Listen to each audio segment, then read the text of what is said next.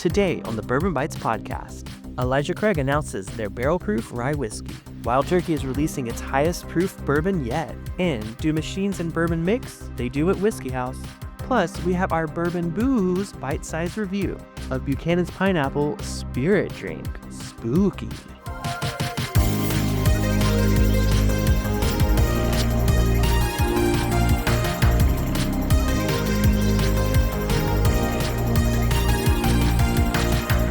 Hello, everyone, and welcome to the Bourbon Bytes podcast. I'm your host, Clifton, and this is the week of Thursday, October 23rd, 2025. I hope you all are having a great spooky season. We're going to continue the podcast with Bourbon Boos, where I review. I don't know why that booze went up instead of down. Normally I go booze, but today it's booze because the Bourbon Boo of today is questionable because technically it's not a bourbon, nor is it a whiskey. But we'll get into that in a bit. We do have some whiskey news to talk about first. Some of this is older news I just haven't had a chance to cover. The rest is more recent news. But I do want to get caught up on a few things that I haven't talked about yet on the podcast. Also, just a heads up for those of you listening to this on Thursday, I will not be doing a live stream this week. I have an industry event to go to for work, but I will be going live this Saturday with Brandon. We're going to do a flight of Jack Daniel's age-dated bottles, maybe do it blind, should have some fun there. So check it out this Saturday. Usually we try to do it around 6 p.m. Pacific, 9 p.m. Eastern. So make sure to tune in or watch the replay. Also, a reminder to subscribe on YouTube if you're not already, because if you enjoy the podcast, I have a feeling you will also love the channel. So thank you for that. I do want to shout out my newest Byte Club renewal member. This is someone that was previously over on Patreon, but made the switch over to the Byte Club at bourbonbytes.com, which means a lot to me because on the Byte Club, more of the proceeds go directly to me. Patreon takes a larger cut. So if you are currently a patron and you want to support the channel even further, it just takes a few clicks to switch over your membership. So shout out to Aaron Artino, Whiskey Pair. Thank you, Aaron, for moving over to bourbonbytes.com. Glad to have you join or rejoin, should I say, the Bourbon Megabytes tier. All right. Well, one piece of news that I never covered, but I did read about quite a while ago. Elijah Craig is announcing their barrel-proof rye. It's going to be a new addition to their lineup, similar to their Elijah Craig barrel-proof bourbon, which has been a longtime favorite of mine here for several years, actually. So they are launching their very first edition of this, coming in at 108 proof. It's going to be a 12-year, 3-month-old rye whiskey. And this first batch is labeled, interestingly enough, A925. So I think that's just because it's the first one. I think they're probably going to standardize the regular batch naming as Elijah Craig Barrel Proof once we start the new year. So usually it's A125, B525, and C925. But since this is the first batch of the year, they're naming it A. I'm very, very, very excited for this. I do love Heaven Hill's rye flavor profile.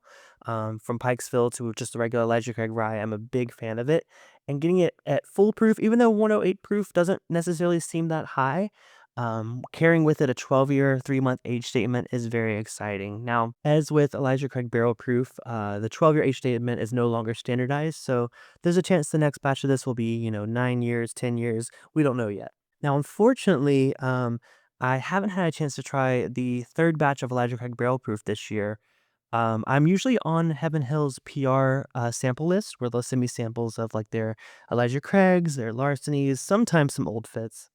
And I've been, receiving those pretty consistently over the past couple years. But unfortunately, I don't know if I've fallen off the list or they lost my contact info. I'm not quite sure, but I haven't gotten anything from them in several months. So I did reach out to my contacts there, but didn't hear back. So Heaven Hill, if you're listening, please, I appreciate media samples. And not just because I want like free booze. That's not the point, right? The point is I want a chance to try them to see if they're worth you picking up. I think a lot of people look forward to my blind Elijah Craig Barrel Proof flight every year, where I put the A batches, B batches, and C batches blind in a flight, along with maybe some of my favorite batches from previous years. Haven't been able to do that this year, which is a real bummer because I've done that every year and I've really enjoyed it. And I've checked my local stores and I just have not seen the C batch show up. I did get the A batch and the B batch from Heaven Hill, but that was the last thing I got from them. I think it'll be quite a while before I see the C batch here in Southern California. So I'm keeping an eye out. I'm keeping my fingers crossed. And I hate to like linger on this. I know I mentioned it on a hangout the other night, but I don't know. I just feel like Heaven Hill's been one that's kind of always believed in me as a creator, as cheesy as that sounds from from a major corporation. Just because they've always, considered me on their list of sending review items.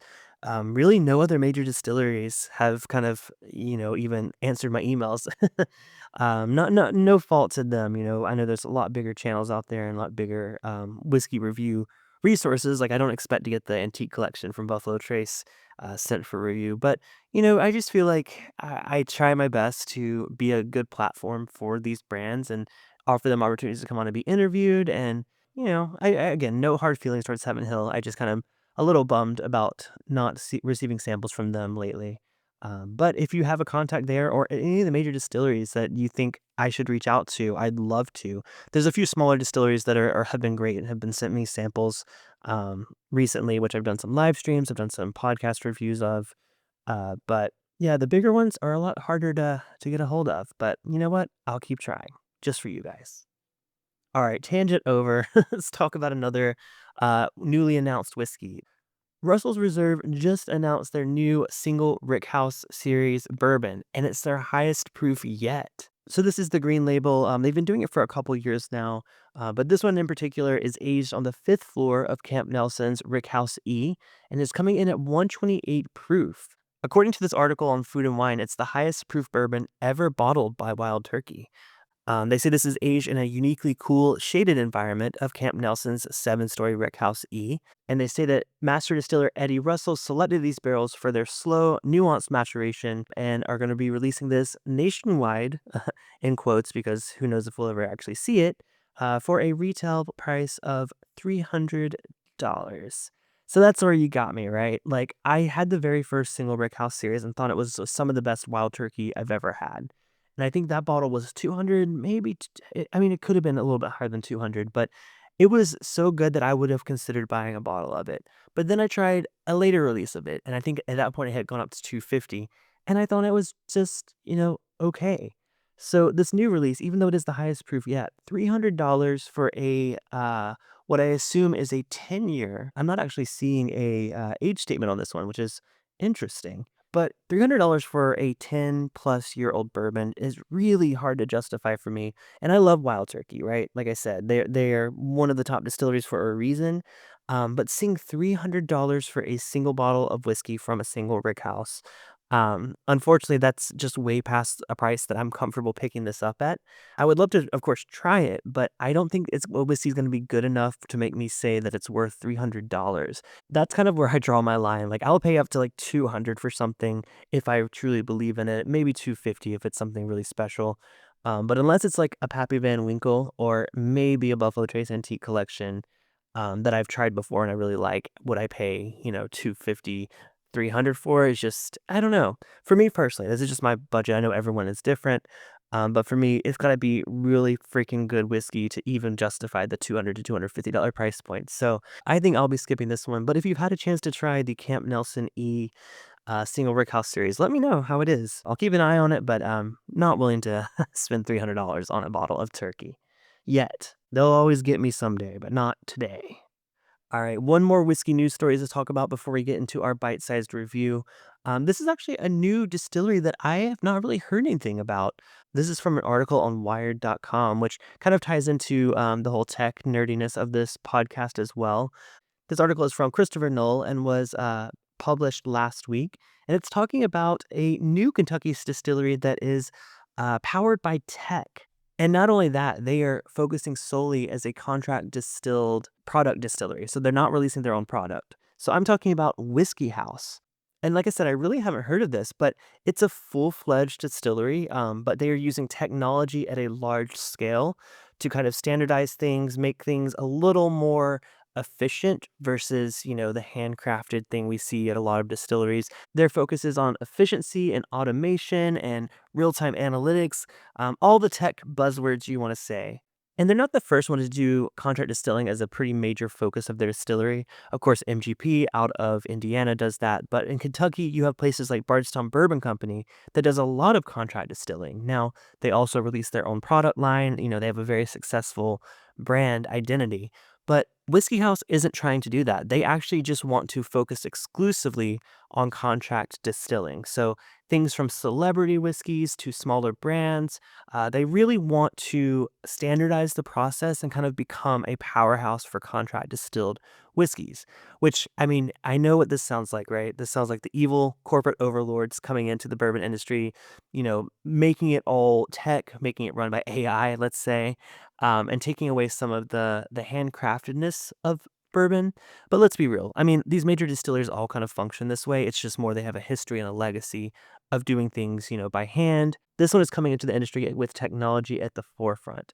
It's located 50 miles outside of Louisville. They say the building looks more like a data center than a distillery. And actually, they haven't really allowed press to come inside except for Wired. They were some of the first to actually come inside and do a tour of it. And they say that inside this distillery, every second of every step of whiskey production has been fine tuned and automated to the limits of today's technology, with the goal of minimalizing the chance of an error or human screw up while maximizing efficiency. Now, what's even more interesting is they really don't have too many employees. They say that each shift is only 7 people on the floor. The rest are in the lab or in the barreling or in maintenance.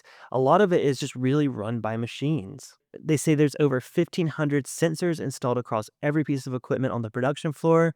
They regulate temperature, liquid equilibrium dynamics, reflux ratios, all these fancy science buzzwords that you don't love to hear when you're thinking of handcrafted bourbon. But what's interesting is they already have a relatively large customer base. Brands like Calumet Farms, Redwood Empire, High and Wicked, and Clyde Mays are using Whiskey House to create their bourbon and whiskeys. And what's interesting is the fact that so much of this is automated really allows these brands to customize the recipe for exactly what they're looking for. So they can take any custom mash bill that these distilleries want to make. At the moment, they're using over 56 different mash bills for the products they're making. And I think that's something that kind of sets it apart. There are contract distilleries like MGP that will let you do a custom mash bill, but that seems to be very limited. I think the majority of people tend to pick one of their standard mash bills for either their bourbon or their rye. Bardstown Bourbon Company, it's a little more customizable as well, but it seems like Whiskey House really wants to make it, truly the flavor profile and the mash bill that these brands are looking for, which I think is an interesting part of it. If these brands don't have the infrastructure to, be distilling their own product at this point, this is a great way to get that in motion while they kind of build up their distillery, build up their brand. And it makes sense in a business perspective. Now, will the consumer like it? That's yet to be, seen. I've not tried any whiskey that's come out of here as far as I'm aware. But there's a chance, it could be great whiskey. I think, this is kind of where a lot of manufacturing is heading. They're trying to use machines as much as possible to replace human workers, which is unfortunate, but it's not just that industry, right? We're seeing it with, even office jobs trying to find AI to replace employees. It's just kind of a shift right now in the not just the whiskey industry, but technology and just work culture in general. So I'm not opposed to the idea. And here's a great quote from Heather Green from Milliman Green. She says, "It's like using someone else's kitchen. I'm bringing in my mash bill, my yeast strain, and my aging process." She said it's complicated, so she needs good partners. And she considers the whiskey come out of there her barrels, no matter where they're made. So it is nice to see that people in the industry are accepting this as a, alternative to having their own distillery. Because they are, like I said, bringing their craft to it. They're blending their mash bills.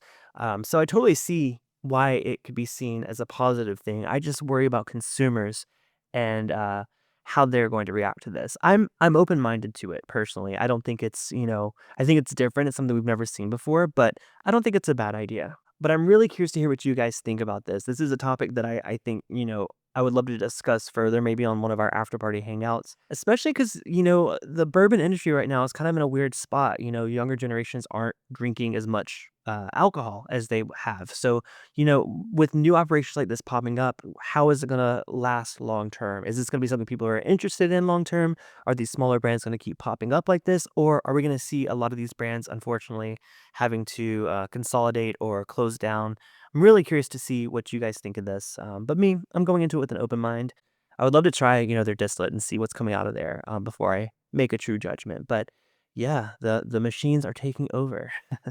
All right, well, that's about it for this week's news, but it's time for our Bourbon Boos bite-sized review.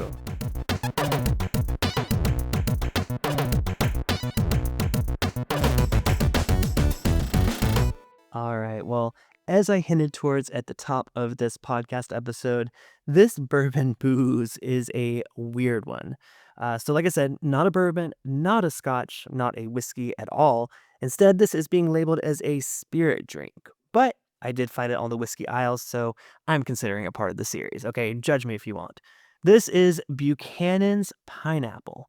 This is crafted with Scotch whiskey, pineapple, citrus, and other natural flavors.